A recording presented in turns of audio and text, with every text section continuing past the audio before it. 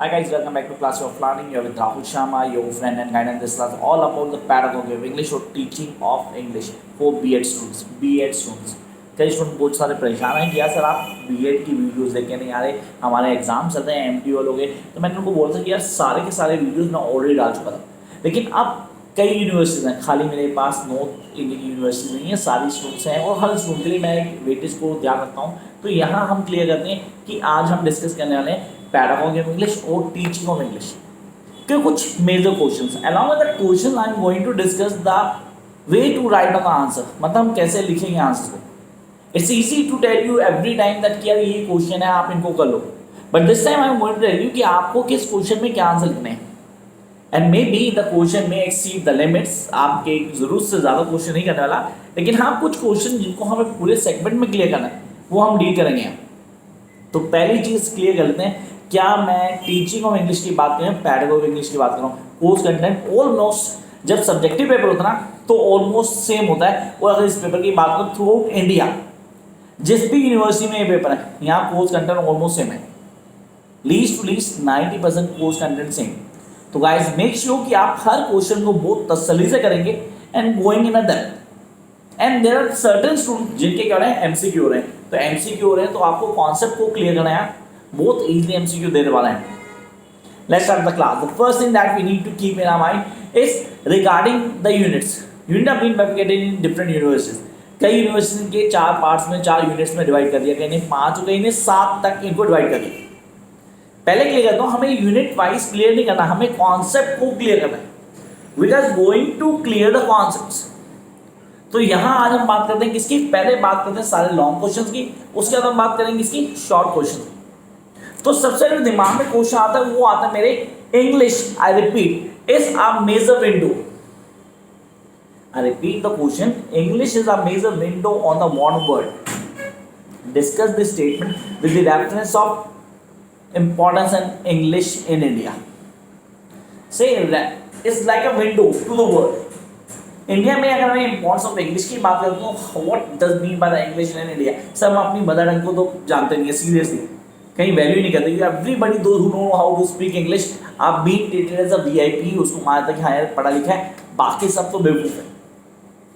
तो ये क्लास, ये वर्ड हमें दिमाग में आता है because English is the window to see the world. उसको कॉन्सेप्चुअली क्लियर कर देगा the importance of English. Normally अगर बोलूँ तो सीधा स्ट्रेट फॉरवर्ड क्वेश्चन था, write a paragraph over the importance of English.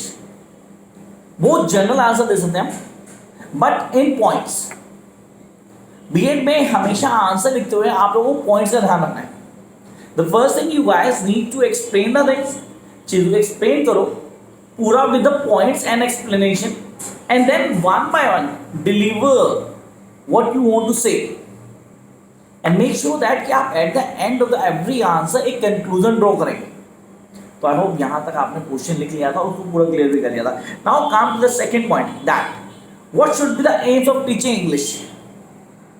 Item please, what should be the aims of teaching English as secondary level? Sir secondary level पे English को क्यों पढ़ाता है, इसका क्या इंपॉर्टेंस है? सर इंपॉर्टेंस पड़ी थी, वही सेकेंडरी से मैं जोड़ दूंगा, उसी के आंसर को प्रिपेयर कर दूंगा। एंड द पीपल थिंक यार ये तो अलग क्वेश्चन हो गया, यार ये तो मैंने पढ़ा ही नहीं था। It's very easy to crack this paper. इस पेपर में बहुत अच्छे नंबर ला सकते हैं आप। आपकी स्ट्रैटेजी बहुत सॉलिड होनी चाहिए, दैट मुझे कैसे आंसर लिखना है, आंसर लिखने का वे आउट क्या होगा और किस तरह मैं उसको प्रेजेंट करता हूँ। The way you present your answer is really important. मतलब अगर मेरी प्रेजेंटेशन पूरा हो रहा है तो मैं कोई भी चीज़ नहीं कर सकता। आपकी प्रेजेंटेशन बहुत सॉलिड होनी चाहिए। When you presentation is good, हर चीज आपके हिसाब से होती है। Come up to the next question, that is language acquisition. Sir second language की बात करना, लैंग्वेज एक्विजिशन, दूसरी लैंग्वेज को लेना, उसको अपने ऊपर अडॉप्ट करना। हम कैसे बात करते हैं, हम इंग्लिश की बात करते हैं। Sir it's an alien language, या it's an alien language, it's not our language, हमारी लैंग्वेज नहीं है। सर बाकी लैंग्वेज तो हमने अडॉप्ट किया, बहुत अच्छे अडॉप्ट करके हम यूज़ कर रहे हैं हर जगह। आज हमारी बुक्स में इंग्लिश के लिए हम 1 दबाते हैं, हिंदी मदर टंग कल गई है, कल हिंदी देता शायद, ठीक है, उसके हम 2 दबाते हैं। That is irony in our country, तो हम उसमें कुछ कर नहीं सकते हैं। लेकिन लैंग्वेज एक्विजिशन है, what is language acquisition, how to rule out, किन कॉन्सेप्ट को फॉलो करना है, कैसे लिखेंगे, लिखने का तरीका क्या होगा, किन बेसिक्स को समझना है, ये सारी चीज़ें आपको आनी चाहिए। तो आई होप यहाँ पे 3 पॉइंट कर लिए आपने। उसके बाद आते हैं कोऑपरेटिव लर्निंग पे। व्हाट इन कोऑपरेटिव लर्निंग, सब पीयर ग्रुप की बात नहीं, मैंने कोऑपरेटिव लर्निंग की बात की है, वो बहुत ईजी कॉन्सेप्ट है। एंड देन सर्टेन स्टूडेंट तो मुझे कहते हैं सर आप प्लीज वीडियो दीजिए इन सबके।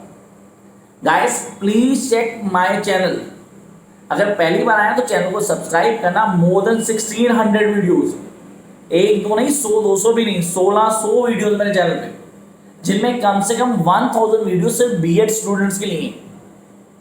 तो आप लोग प्लीज जाएं चैनल पे, सर्च करें थोड़ा, आपको सारे आंसर मिल जाएंगे। हर क्वेश्चन जो मैं इस क्लास में बोल रहा हूँ उसका पूरा का पूरा आंसर मैंने डिस्कस किया हुआ है। आप प्लीज जाएं चैनल पे, तसल्ली से देखें and you going to get each and every answer. तो अभी तक लास्ट क्वेश्चन हमारा था कोऑपरेटिव लर्निंग क्या है, उसके कॉन्सेप्ट क्या है, किन चीज़ों को क्लियर करना है। देन आते हैं हम शॉर्ट नोट्स में। सर शॉर्ट नोट्स क्लियर हो जी, तो यहाँ पे शॉर्ट नोट्स में सबसे दिमाग आएगा फंक्शंस ऑफ लैंग्वेज। इसकी वीडियो बनाई हूँ 100% श्योर मैं कि फंक्शन लैंग्वेज मैंने क्लियर किया हुआ है। अब मैंने फंक्शन लैंग्वेज किया, then inductive and deductive method of teaching. I repeat, inductive and deductive method teaching, ये ऑन टिप होना चाहिए आपका। उसके बाद आते हैं aims and objectives, difference between aims and objectives of teaching English. तो आई होप ये तीन बहुत है, बहुत इनफ है, आप इसको अच्छे से करते हैं, बहुत तसल्ली से कर भी पाएंगे, चीज़ें समझ भी पाएंगे। Then we'll come to the next question. That is, so what do you mean by structural approach? What is structural approach? क्या है structural approach, कैसे होती है? How a teacher provide practice of structure approach to the students.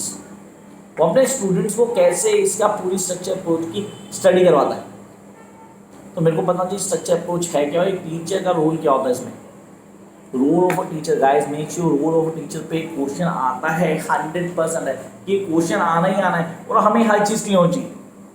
And then will jump to the next question, that is the most expected question of this time. आपने कैसे इसको करना ही करना है और छोड़ने वाले नहीं। क्यों? क्योंकि इसमें डिटेल आती है और एक एक चीज़ को क्लियर करता है। आप कहते हो sir what is mean by the pedagogy, pedagogy of language. अब मैंने कहा पैडागॉजी क्या है, फंक्शन क्या है, कैसे क्लियर करते हैं, किन चीज़ों को क्लियर करना है। मैं इस पैडागॉजी की बोलता हूँ टीचिंग ऑफ किस सब्जेक्ट क्या, पैडागॉजी ऑफ सब प्रोज हो गया, पोइट्री हो गई, इनमें से किसी एक पे बनाने आ सकती है। डिटेल स्टडी आपको अच्छे से आनी चाहिए और बहुत ईजी हम कर भी लेंगे। And then come to the next point, the next question we are having. अब यहाँ पे आ रहा है sir audio visual aids. Audio visual aids क्या है, इन पे कैसे काम किया जाता है, क्या तरीका है, किनको फॉलो करते हैं, और दे आर बीन हेल्पफुल, कितने हेल्पफुल हैं, कैसे काम करते हैं, किन चीज़ों को क्लियर करना है, ये सारी चीज़ आती है। तो ऑडियो वीडियो हो गया, हमारे पास कॉन्सेप्ट भी समझ आ गए, कैसे करना है, करने का तरीका भी पता लग गया। फिर आते हैं शॉर्ट नोट्स पे, फ्रेंडशिप्स पढ़ा भी नहीं होगा, हम लोगों ने छोड़ दिया, हमें ये नहीं आता, पेपर में आता है, बार बार आता है और बहुत easy. Then we have the certain teaching ads.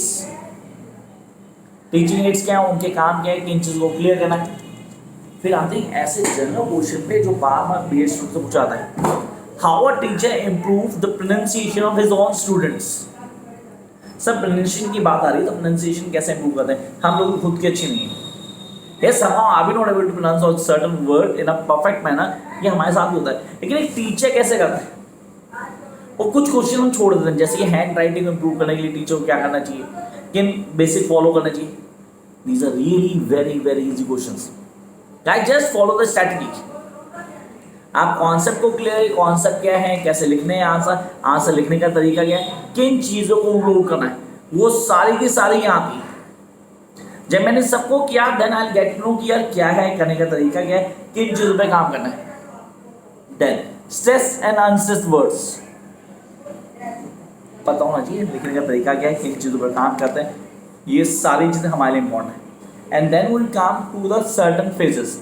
Sir English में डिप्थॉन्ग्स की बात करूँ या रीडिंग की बात करूँ या स्किल्स की बात करूँ, तो स्किल्स हमें बताऊँ जी, स्किल्स में टीचिंग स्किल्स क्या है, रीडिंग स्किल्स क्या है, कैसे काम किया जाता है, किन चीज़ों पे काम करना जरूरी है और कैसे पॉइंट्स को हाईलाइट कर पाते हैं। देन क्लास में आपको पढ़ाना है, क्या पढ़ाना है सर, नॉर्मली आर्टिकल इंग्लिश सिखाना है।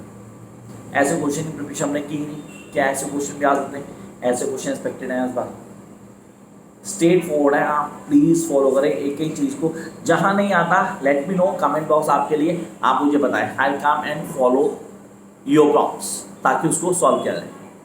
Remedial teaching, what is remedial teaching, क्या है उसकी सिग्निफिकेंस, क्या है, कैसे काम करते हैं, किन चीज़ों को क्लियर करना है, हमें रेमेडियल टीचिंग में क्या क्या आना चाहिए।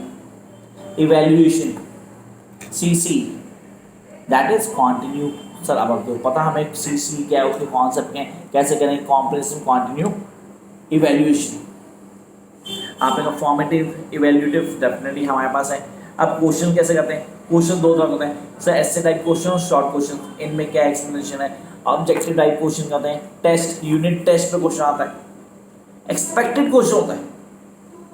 तो आई होप आप लोग इसको फॉलो करेंगे और बहुत इजीली कर भी पाएंगे, और मुझे नहीं लगता कहीं भी कोई भी मुश्किल आने वाली है। एक question at the last, actually दो क्वेश्चन। पहला PA evaluation, what is mean by PA evaluation, क्या है पीए इवैल्यूएशन, कैसे काम करते हैं, किन चीज़ों को प्ले करते हैं। देन क्रिएटिव थिंकिंग, दो चीज़ें हमें ऑन टिप आनी चाहिए। पहला PA evaluation, then the next one creative thinking. What is creative thinking, क्या है क्रिएटिव थिंकिंग, क्या कॉन्सेप्ट होते हैं, किन को लेके चलेंगे। अगर आप इन चीज़ों को फॉलो कर लेते हैं तो किसी तरह की कोई भी प्रॉब्लम नहीं होने वाली। तो गाइस आई होप कि आप लोगों ने सारे के सारे क्वेश्चन लिख लिए। अब अगर किसी को नहीं लिखे गए, कोई डाउट आ रहा है, तो ऐसा करना, जाना मेरी इंस्टा आईडी पे, that is classy Rahul, CLASSY, classy Rahul RAHUL। उधर मैं सारे एक्सपेक्टेड क्वेश्चन अपलोड करने वाला हूँ, वहाँ फॉलो कर सकते हैं, वहाँ आपको मिल जाएगा। तब तक चैनल को लाइक करें, शेयर करें, सब्सक्राइब करें एंड नोटिफिकेशन बटन को प्रेस करना भूलना गाइस। बाय।